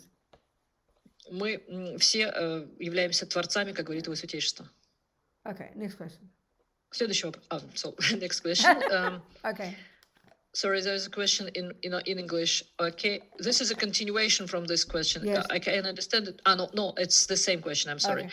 It's just I translated it already. Okay. According to Tibetan Buddhism, the consciousness and the material are opposed to each other. But so I don't understand how they're What? opposed. What do you mean by opposed to each other? they are quite different from each other. Oh, they're sorry. different. Yes, they're different. Yes, utterly but different. But what are the affinities, the similarities, Good, and the difference perfect. of this view? No, of this view compared to classical dualism of René Descartes. I don't know about Descartes' view. I'm so sorry. Про I can't Декарта я answer ничего that. не знаю, извините. But I It's can only only- tell you a bit about Buddha's view, so maybe you can deduce something from what I'll tell you. So ask that question again. For me. For me. Ask So it just again. according to Tibetan Buddhism, consciousness and material are totally different from Okay, each other. yeah. But how this is related to classical dualism, what that was But you said something else before. You missed something. You said something about the differences, the similarities, you said. the similarities and Okay. differences. What are the similarities and differences of this view compared to classical Oh, I dualism see. of René Descartes? I can't answer the comparisons, but I'll tell you the Buddhist view again, and that might help you compare yourself with Descartes. Okay. Нет, я не так хорошо знаком с Рене Декартом, поэтому вы будете сами буддистами, когда узнаете про буддийский способ, вы сами сможете сравнить его с тем, что оставил Yeah. Рене Декарт. So the point the Buddha is making is this, that even just within a person, we are made up of physical and mental. There's Тут physical, главное, there's что mind and there's body. Mind and body, and they're completely, totally different. But they are inextricably, interdependently linked. That's the point. тут очень главное понять, что, конечно, есть физическое и ментальное, есть ум и тело, но очень важно также понять, что они абсолютно неразрывно друг с другом связаны. Это очень важно тоже понимать. Yeah. Это смысл, вот это смысл этого Right. заявления. So, next question. Well, I'm just thinking, I think that's the real, so that's the point. I don't know about the dualistic view of Descartes. I don't know what he's saying. I don't know his view. То I'm есть sorry. про дуализм я ничего не знаю, тут трудно что-то сказать, Yeah. извините. But eventually, when you're a Buddha, Но and вообще, you've если вы perfected станете this Буддой, mind of yours, and you're in complete and utter and total control of this mind of yours, и когда вы полностью будете контролировать свой ум, полностью его доведете до совершенства, you're no longer a victim of the physical, вы перестанете быть жертвой физического, because your mind is totally powerful now. потому что ваш ум будет обладать полной мощью. And this, of course, sounds like science fiction. И это можно думать, что это как-то фантастика. But you now can manifest in any physical body you like all over the world to benefit sentient beings. You've got Но complete представьте control. себе, что вы можете проявиться в любом абсолютно теле, в любом теле живого существа, в любой форме, там, где вы In the захотите. in the most real way that we can imagine, mind is the boss. But mind and body, mind and physical, mental and physical are intimately, inextricably linked. То есть мы не можем сказать, что ум хозяин. То есть ум и тело, они вот полностью именно неразрывно друг с другом связаны. And even in a simple sense, this is a bit of a radical concept. Even in a даже simple sense, this is a radical idea. И даже если смотреть на это очень просто, это все равно очень радикальная идея. If I have a headache, I just assume I should be miserable because we don't distinguish. И если у меня начинает болеть голова, то я сразу же считаю, что как я несчастна, как мне плохо, потому что мы не различаем. If I eat delicious chocolate cake, I just assume my mind will be happy. А если у меня есть шоколадный пирог, шоколадное какое-то пирожное, то я считаю, что я должна вот этого быть So счастливой. for the Buddha, this is because we give all the power to the physical. А для Будды это абсолютно не так. То есть получается, что мы отдаем всю власть физическому. So our job is to learn to know that our mind has the power. То есть наша задача понять, выучить, что ум обладает властью. Yeah. I hope that helps a bit. I hope that helps a bit. Надеюсь, что это вам немного помогло. Yeah, next question. I can tell these questions. You Russians, you ask very distinct questions. I can tell that you're Russian. It's very funny. It's Слушайте, по very вашим вопросам hilarious. сразу понятно, что вы русские. Прям сразу же видно. Go on, next one. So the next was the one that you answered already. How can we achieve this division between sensory and mental? By How can developing we single point of not- concentration and becoming brilliantly skillful. Вот вопрос, как добиться разделения между сенсорным и ментальным, это развивать однонаправленную медитацию и искусственные средства This is the job. развивать. This is Buddha's expertise. Вот это то, что нам дает опыт Будды, экспертиза Yeah. Будды. Okay, next question. So, what does mean your title venerable applied to Buddhist nun? Don't ask me. I Не don't know. спрашивайте меня такие It's вопросы. just the Значит, term they значимо use. относить... I don't know what they said I don't know what the Indians said. I don't know what the Tibetans say. Я не знаю, что бы говорили индийцы, It's just a term тибетцы. that's roughly equivalent to what they say in English for a priest is reverend or something, isn't it? Это просто обычно эквивалент того, что говорится по-английски. Вот Понятно. venerable, по-русски мы тоже какое-то слово используем. То есть просто, какая-то формула. I don't know, something like that. What is the final point of Buddhist meditation? I just said, Buddha. Rid of all the Я же rubbish, full of сказала, all the конечная goodness. цель медитации – это стать Буддой. That's the long-term goal. Это долгосрочная цель. Yeah, that's the long-term goal. Это So we've долгосрочная got 30 цель. minutes left. Okay, any more questions? That's it? У нас осталось Any 30 more, минут. А еще есть вопросы? any more hands you want to show just in Есть case there какие-то are more? вопросы? No? Any There are more also in chat. It's Good, not say finished some more yet. then, come on. Good, more. Так, Go on. Are you speaking to me now or Yeah, to someone else? you, sweetheart, you, Diana. Meditation trains a positive state, positive way of mind. It's a question. Does meditation train a positive way of thinking, mental consciousness on which level of consciousness? We start where we are. Мы начали вернулись к тому, к чему мы And then as we начали. develop, we get more sophisticated and more skillful in our ability to transform our mind from being negative to being positive. That's the bottom line. Нам просто надо научаться обладать все более и более сильным умением, то есть совершенствовать свое умение, избавляться от негативного и усиливать позитивное. Это вот про... So how many more questions are there? There is also How many more are there? 1, 20, 7? There's kind of discussion. Someone does not agree with your question, with your answer. Which answer is that? 100%. So good, have a debate. What's he saying? What's the point? Да, Динара, что там? Может быть, вы тогда вслух скажете, с чем мы не согласны? What's the point? Это я. Да. Dinara. Okay, what's your point, Dinara? Yes, Да. Dinara. Thank you. С этой точки зрения получается, что новые качества тогда не могут возникать. Если человек рождается со склонностью к гневу, значит, получается, что он был гневлив из изначальных времен, но он же может этот гнев устранить и рождаться потом. Okay, what's the point? So this means that if you're born with some quality already innate, that means that you cannot get rid of it. You just continue with it. Why do you assume that? Почему это вы так говорите? What's your logic for assuming that? Because why? Okay, start again. What is the logic to prove that just because you have a tendency, why does that prove you can't change it? Tell me what's the logic for you. Какая здесь логика? Почему думаете, что раз у вас есть тенденция, то значит вы не сможете избавить от этого качества и будете его продолжать? What's your logic? Какая логика? Вот какой логике следуете? Let me ask you a more simple question. Have you ever changed your mind from being angry to being peaceful? У вас было такое, что вы просто передумали, например? Хотели разозлиться? Okay, so it proves you can change. So that's the end of discussion. Так вот, значит, вы можете меняться, и это конец дискуссии. No? Does that satisfy you? Что это вам? Я ответила вам? Does that satisfy you, Dinara, or not? Я ответила вам на вопрос, или вы не удовлетворены моим ответом? Your question, I understand already. I know where you're coming from. It's this whole idea of karma. That we think if you came into this life with it, then you're stuck with it. That's fatalism. Это фатализм. Если вам кажется, что вы взяли карму, принесли в эту жизнь и с ней тут завязли. Это фатализм. So if your anger, Dinara, doesn't come from before, where does it come from? А если ваш гнев не из прошлого, то откуда же он тогда взялся? Education. Good, okay. But my mother, okay, good point. Your tendency for anger is the same as your tendency to play music. They're both yours. 1 point, first point. Ну хорошо, ваша склонность к гневу то же самое, что ваша склонность к игре на фортепиано. Это 1 пункт. Второй пункт. So, my mother could see I had potential to play, to sing.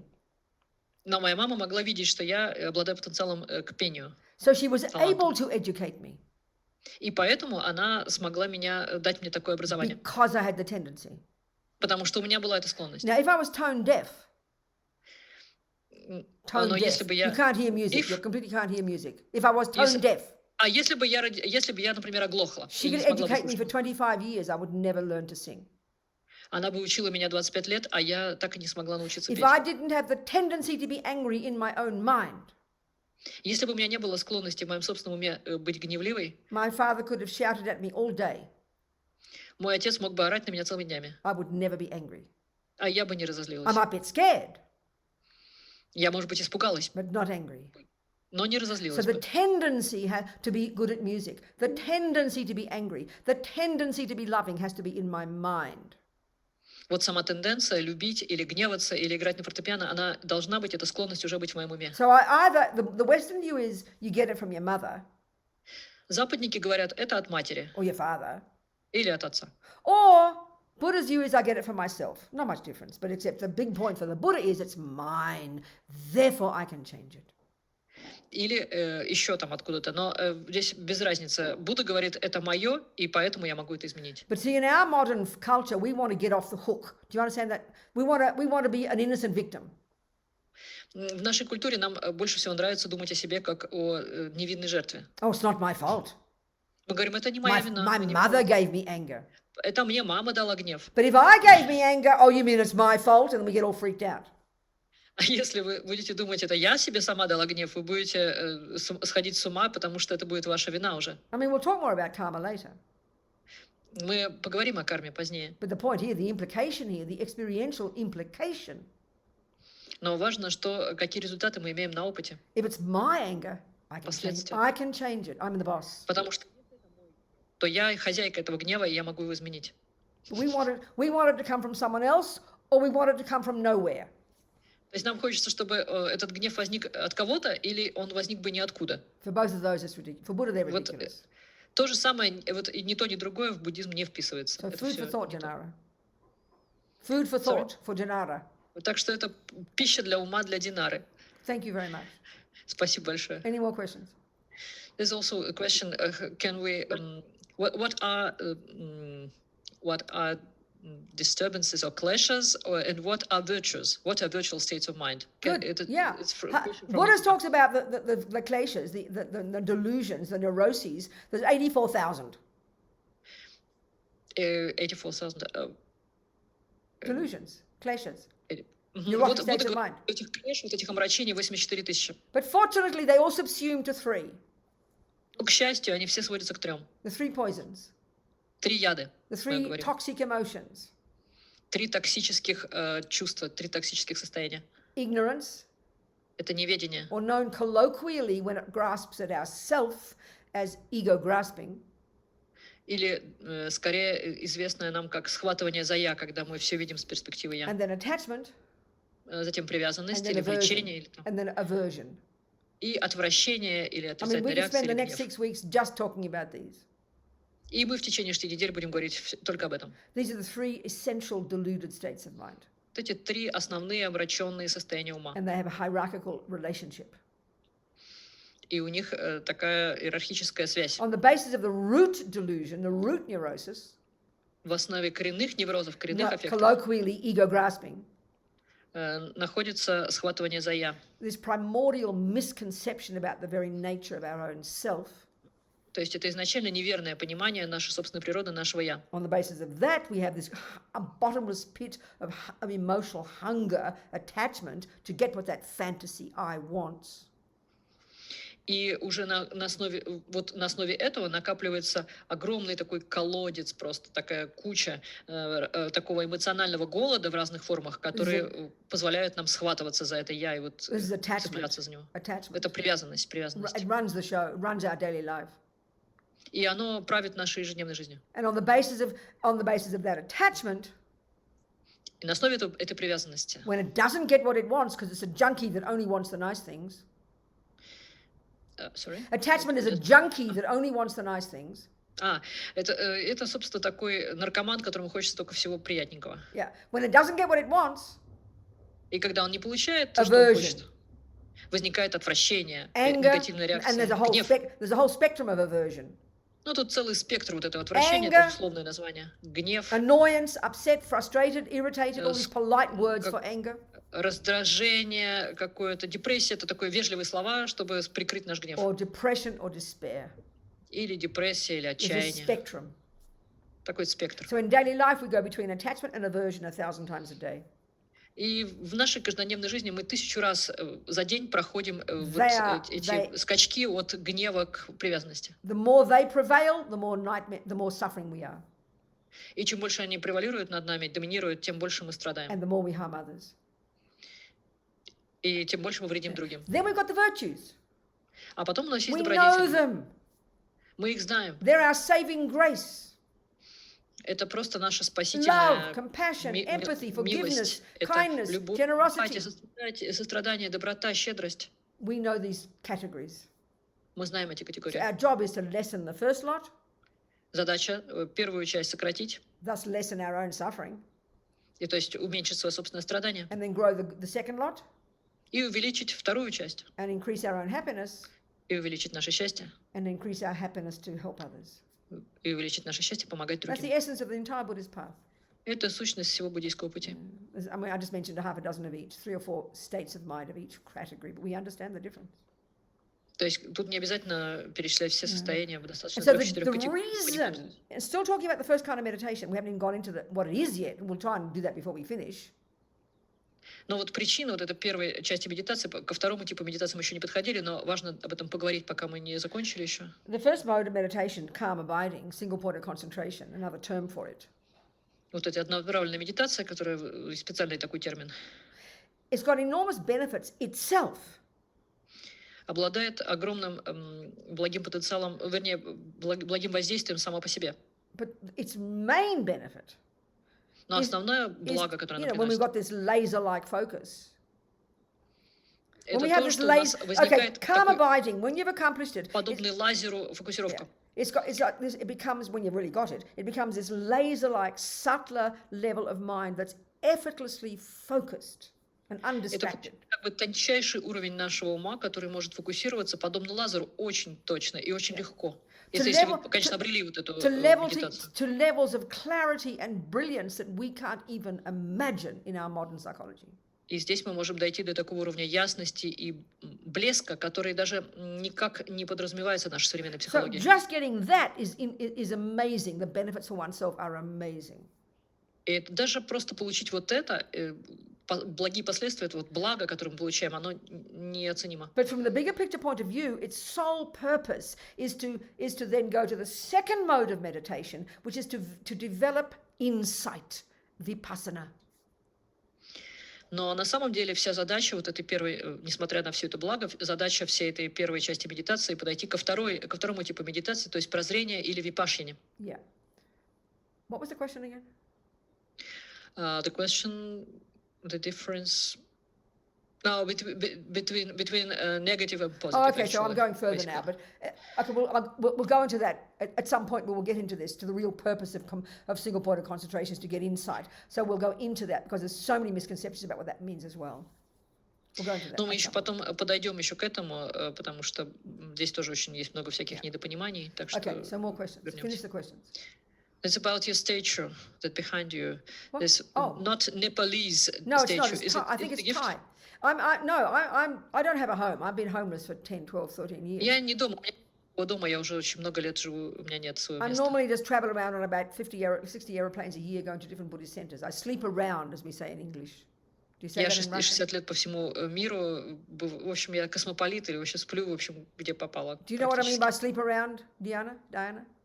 I just said that you sleep here and there. I know, But, but there's a I saying understand. in English, you sleep around. It means I run around having sex with all these boys.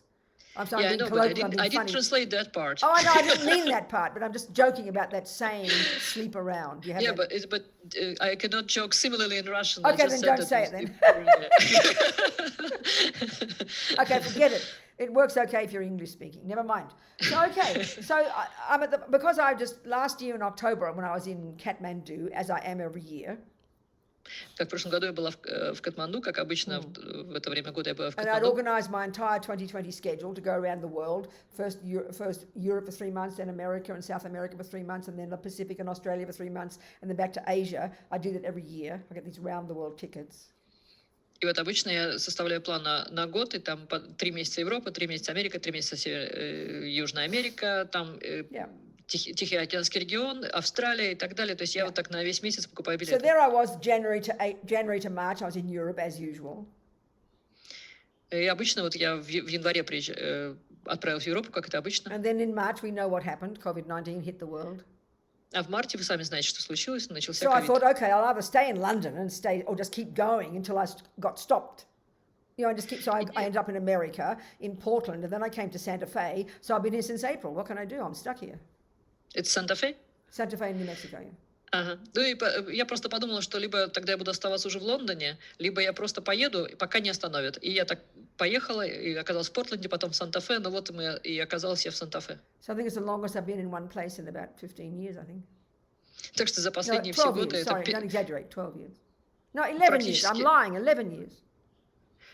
Это самое долгое мое место пребывания за последние 11 лет. So the person whose house is here have this statue. That's how come I have a nice Thai Поэтому statue просто with человек, this nice который в Thai чьем доме я... orchids and the orchids from Thailand. Suitable. Это из Таиланда статуя, то есть просто эта статуя принадлежит человеку, в доме которого я нахожусь. There you go. That was the reason I got a Thai Buddha.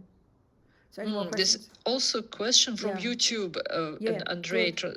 it's already in English. What Yeah. is intuition from the Buddhist point of view? What is intuition That's a good from question. the Okay. Buddhist point of view? Okay. So Про let's look at the интуицию. Что такое time. интуиция с точки Quarter зрения to. буддизма? Хороший вопрос, Okay. говорит. We have a Робин. quarter of an hour left, so we'll be okay. We'll do a 5-minute meditation at the end just to get a taste, okay, of calm abiding. We'll do a simple example. So, okay. Нам надо только хотя бы 5 минут оставить на медитацию, чтобы знать хотя бы вкус этой однонаправленной медитации. Okay. So, intuition is it's an interesting point. If you think about it, it's just simply the habit. No, okay. The way I'm speaking very colloquially here, very, very loosely, using my words for this, okay? Можно сказать, конечно, что это такая определенная привычка, но я здесь буду говорить, конечно, очень разговорно, то есть своими словами, не какими-то терминами. So intuiting something, I think, is a level of mind that's slightly more subtle, isn't it? It's not the gross conceptuality that uses logic, is it? Интуиция, конечно, это не грубый ум, который использует логику, это такое все-таки прозрение на уровне более тонкого ума. So it implies, then, when the mind is slightly more subtle, it implies a sense of connectedness with another, doesn't it? И когда ум более тонкий, это подразумевает большую связь с другим, правильно? Which is a virtuous quality. То есть это добродетельное качество. So the more we're caught up in our own sense of me, То есть оно меньше связано с нашим чувством «я», and getting what I want, которое означает and my получить anger, то, and что я my хочу, jealousy, and my мой depression. гнев, моя зависть и моя депрессия. We can't see past our own nose. Мы вообще не можем видеть дальше нашего A носа. person could be weeping with depression in front of us, and we wouldn't even notice. Человек может рыдать от депрессии прямо на наших глазах, а мы даже не заметим. So I think having an intuition about something is a good quality, but it also seems to be don't always trust it, because it could be deluded. И поэтому интуиция — это нечто очень хорошее, что может нам в этом помочь и заметить это, да, каким-то образом. Но тут нужно быть очень осторожным, потому что это может быть и ошибочная интуиция, она может вести нас в I mean, заблуждение. Lama Yeshe talks in Mahamudra about some of the benefits of getting single-pointed concentration. Вот Лама Йеше в своей книге «Махамудра», она просто называется «Махамудра», тут кто-то спрашивал, о благих результатах обретения однонаправленной медитации. And this single-pointed concentration, remember, is the first mode of meditation. И это однонаправленная медитация, это у нас первый способ медитации. As Lama says, the qualities that you'd accomplish are unimaginable if we compare with ordinary world, view of the mind. И Лама Йеше сказал, что качества, которые мы обретаем, они просто невероятны, если мы сравним с обычным миром, тем, что есть в обычном мире. So one of the qualities is that what they call clairvoyance. И одно из качеств — это то, что называется ясновидение. I mean, that's just mystical nonsense in modern neuroscience and psychology, isn't it? Ну, в современной нейронауке и в современной вообще науке представлениях это что-то сумасшедшее и такое. But as Lama points out, as you increase your capacity for mind, for concentration, to get to more subtle levels of concentration. Но Лама Йеше говорит, что если вы будете тренировать свой ум и будете приучать его к более тонким уровням и концентрироваться на них, You develop this power, which is the capacity of mind at a subtle level, to literally see, cognize the minds of others. Literally. вы разовьете эту способность, буквально разовьете эту способность видеть то, что происходит в уме других людей. То есть ум, тонкий ум будет просто это видеть. So the first level of that is what he calls, what we all understand as intuition. То есть первый уровень этого — это то, что мы называем в нашем обычном мире интуиция. You just know that your friend, back home is suffering. You just kind of feel it. Many people talk like this. Вы просто знаете, что ваш друг, который находится дома у себя, он страдает, и вы это просто как бы чувствуете, видите. Yeah, so the Buddhist approach to getting single-pointed concentration, you will not just get intuition, you'll get literal clairvoyance, where you will literally be able to see the minds of others, not just occasionally, but all the time, because that's the power of our mind at a more advanced level. А буддизм учит тому, что благодаря однонаправленной медитации вы будете буквально видеть ум другого, и это будет происходить не от разу к разу, как-то случайно, вы будете видеть его постоянно, четко, и это не будет какой-то интуицией, это будет уже ясновидение. Yeah. So why don't we finish our last 10 minutes with, we'll just talk about the meditation posture, and we'll do a little example of calm abide. Do a little example of the first kind of meditation. Simple example. Давайте я дам простой пример первого типа медитации, однонаправленной медитации. Yeah. So remember, concentration meditation is not a relaxation technique. медитация, концентрация — это не техника It is релаксации. not to make the thoughts all go away. Вам не нужно изгонять все ваши мысли. It's not to have a nice experience. И вам не нужно испытать что-то приятное. It's not the alternative to a pill. Это не альтернатива каким-то вашим печалям. Basically, it's training. Это тренировка. You know, when you get on a bike, your job is to stay on the bike. That's the job. When you first learn to ride a bike. Когда вы учитесь кататься на велосипеде, вам нужно сначала научиться быть на этом велосипеде. То есть прежде чем вы поедете. When you're 3 years old, you climb on the bike from the left side. Well, the next second you're going to fall off on the right side, aren't you? Когда вам 3 года, вы влезаете на этот велосипед слева, и справа вы уже с него падаете. So you don't go running into mummy, I can't ride a bike, I just tried. И вы не бежите же к маме, не говорите: ой, я пытался или пыталась залезть на велосипед, а у меня не получается на нем кататься. So the job is you're training yourself to stay on the bike. То есть вы стараетесь все-таки оставаться на этом So here велосипеде. we're training ourselves to stay on one point, on one Вот и object. мы будем стараться оставаться в этой однонаправленной медитации. Of Будем course, we can't do it тренироваться. first Что мы будем делать первое? because our mind does not have the tendency to stay on one thing; it likes to chat. Если ваш ум постоянно хочет отвлекаться, хочет там болтать. So the goal is to keep going, climb back on again. You keep bringing your mind back to the breath. You keep bringing your mind back to the breath. You keep climbing back on the bike. То есть мы постоянно возвращаемся к нашему предмету. То есть как ребенок возвращается к велосипеду, нам нужно возвращать наш ум обратно к дыханию. So the next thing is, you know, you can't. The aim isn't to, you know, hop on the bike so you have a nice looking at the lovely sky. You can, when you fall off the bike and start looking at the lovely sky, you've forgotten what you were doing. Forget the sky, climb back on the bike. It's a training. You're training your mind to stay on one thing. It's kind of boring, you know. It's nothing mystical. It's just boring, but you need to do it. So let's do it. Let's try and do it. Это не для того, чтобы получить какой-то опыт, если вы влезаете на велосипед и хотите посмотреть, какие там красивые горы, красивое небо. Вот вы падаете, вы прекрасно видите это небо, но суть нашего занятия не в этом. Нам нужно оставаться на велосипеде. И это очень скучно на самом деле, то есть, но это нам очень нужно. And why do you want to have your mind focused? И почему вам нужно, чтобы ваш ум So you can do фокусировался? the insight. Для того, чтобы делать Which is the уже second mode of следующий тип meditation. медитации, The second випашшана mode. или прозрение. But in the simple sense, Аналитическая the медитация. simplest meaning of insight Простой смысл вот этого is to прозрения или know, аналитической is to медитации begin to become familiar with what is going on in this crazy mind of ours. — это начать хоть как-то понимать и свыкаться с тем, что происходит в нашем сумасшедшем уме. Not just on your cushion, but second by second in И daily не life. только на подушке во время формальной медитации, а из секунды в секунду, каждую And we're going to секунду. go into that in our next sessions. И это будем делать на следующем Okay, so занятии. now remember, meditation is not a function of your body. Meditation is not a function of your body. И медитация, конечно, не функция вашего тела. Nevertheless, the body needs to be in a conducive position. Тем не менее, тело должно находиться в позе, которая будет способствовать медитации. Because body and mind are. Do you want to go back to the Russian mode, or do you don't mind this one? What do people prefer? Давайте, может быть, тогда я перейду в русский способ. Включите перевод, и Maybe я it's буду easier for your синхронно minds to переводить. just hear the Yeah, Russian. I do prefer actually to switch to. Go on then. Yeah. Go back. Yeah. Okay. Clear? Okay. All right. So now there are there's a class, classically about 7 or 8 points about the position of the body to make it conducive to work with your mind. So the first one is, as His Holiness the Dalai Lama says, it's really marvelous if we can do our session in what they call full lotus position.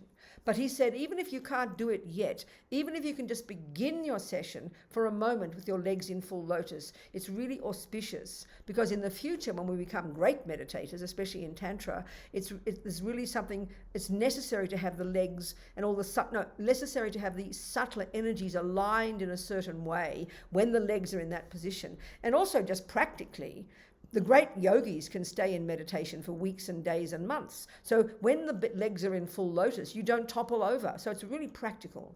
So even if you can't do it, to start your session with that, His Holiness says it's very auspicious. So that means, the first point is your legs. And the second one, sometimes people, if they're not flexible, we can see we're not brought up like this, but if your legs are flexible, have a cushion just under your coccyx that slightly tilts your body slightly forward. But of course you have to adjust the cushion that makes sense for you.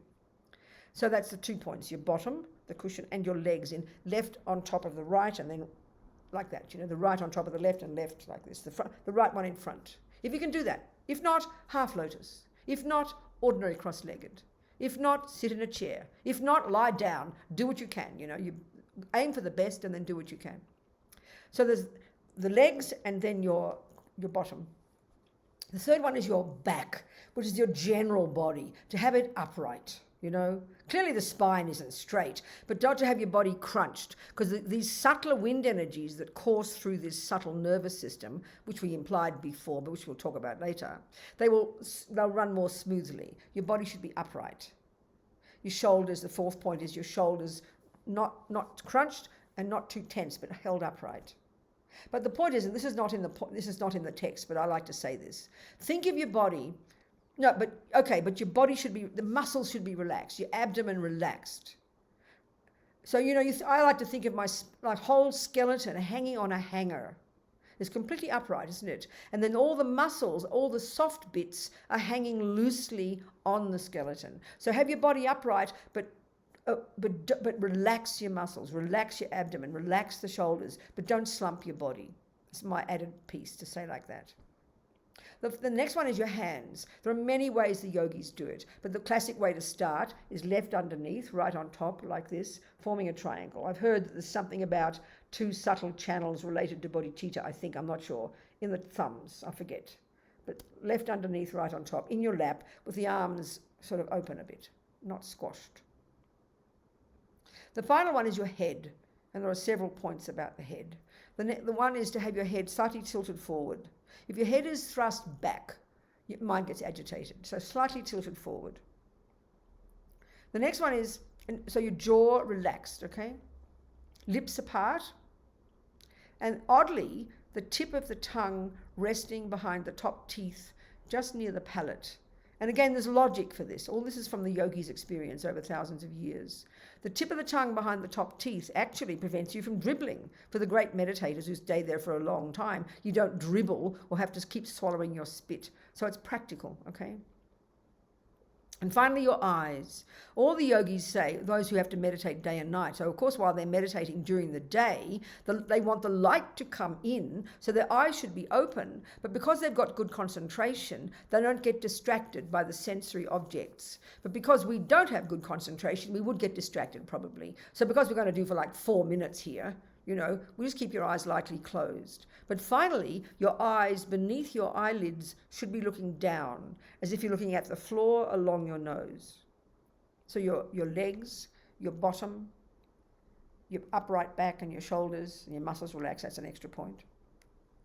Your head tilted forward, chin tucked in, jaw relaxed, lips apart, tip of the tongue behind the top teeth, near the palate, head slightly tilted forward. Oh, we said all that. And then the eyes looking down underneath your eyelids, as if you're looking along your nose towards the ground. So now, settle into this position, but please forget about your body, because your body doesn't meditate, okay? Don't get all carried away with your nice physical posture. So now, what we're going to do, this exercise, this single-pointed concentration, the Buddha taught many different techniques at the and one of the simple ones at the beginning, the object, we need an object to anchor our mind to, basically, because the mind is scattered. So we need an object to concentrate on. So a good one he started with is simply, one example is the sensation of the air going in and out of your nostrils. So just take a couple of breaths, but very relaxed, full breaths, all the way to your abdomen, but not loud, not forced. And the purpose here is to just locate that sensation. Well, you'll notice it's slightly different when you breathe in and out, but just locate that general sensation, okay? Take a couple of breaths in and out. I'll tell you what to do first, then we can do it properly for about 3 or 4 minutes. Just locate that sensation at the tip of your nostrils.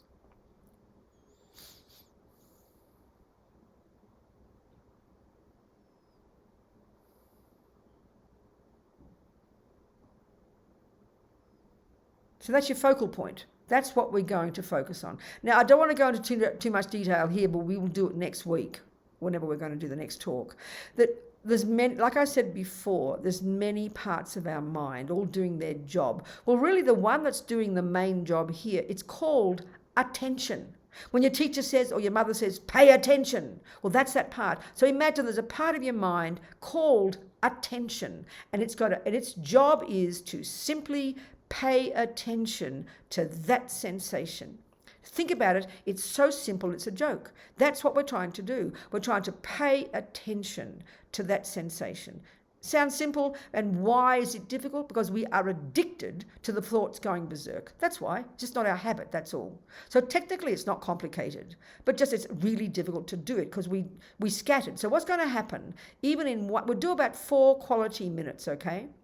So what will happen is, naturally, even if we're reasonable meditators, if our mind's a bit scattered this morning or today, this evening, your attention will stay on the breath. So even in 3 seconds, your attention will weaken. Because why? Because either there are noises outside that irritate you, so your mind runs to them, or the real one is because our mind is full of these endless thoughts that normally we pay no attention to until they're screaming. So what's going to happen here is they say in the text that one of the signs of success in meditation at the first of the 9 stages is that you think your mind's getting worse. It is not a sign of failure. It's a sign of success because you're noticing. Now, the crucial point is this. Your job is not to look at the lovely clouds and the lovely trees and the lovely ground as you're trying to get on your bike. You'll fall off.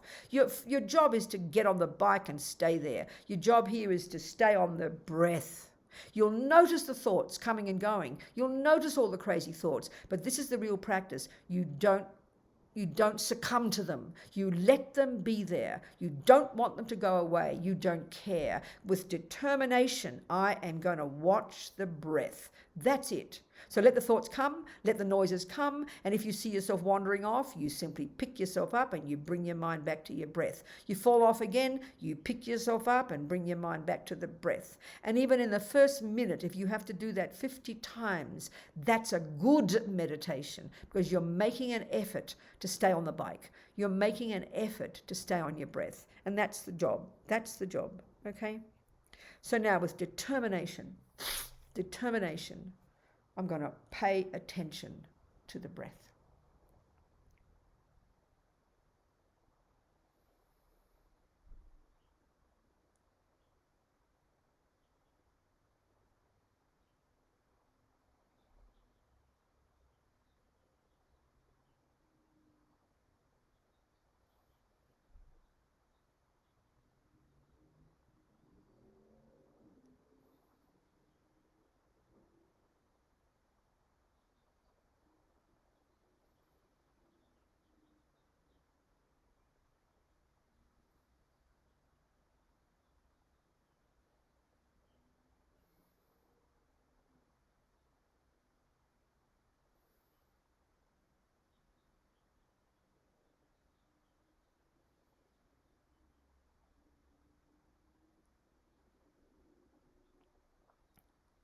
Just bring your attention back to the breath. That's it.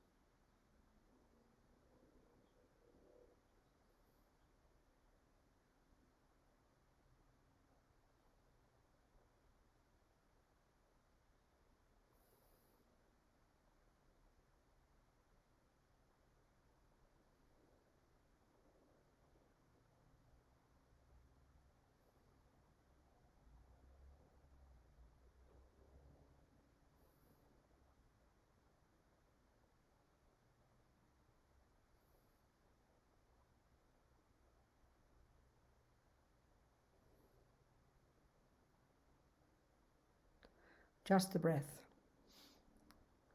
Bring the mind back to the breath. Let the thoughts come and go.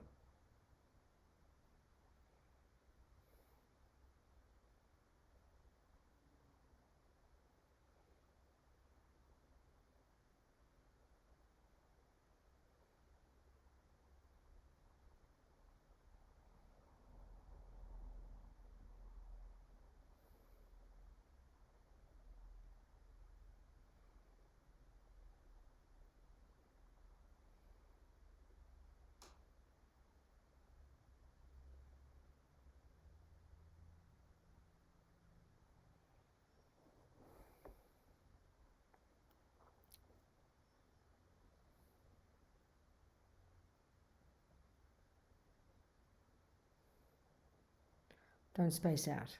Keep your mind sharp.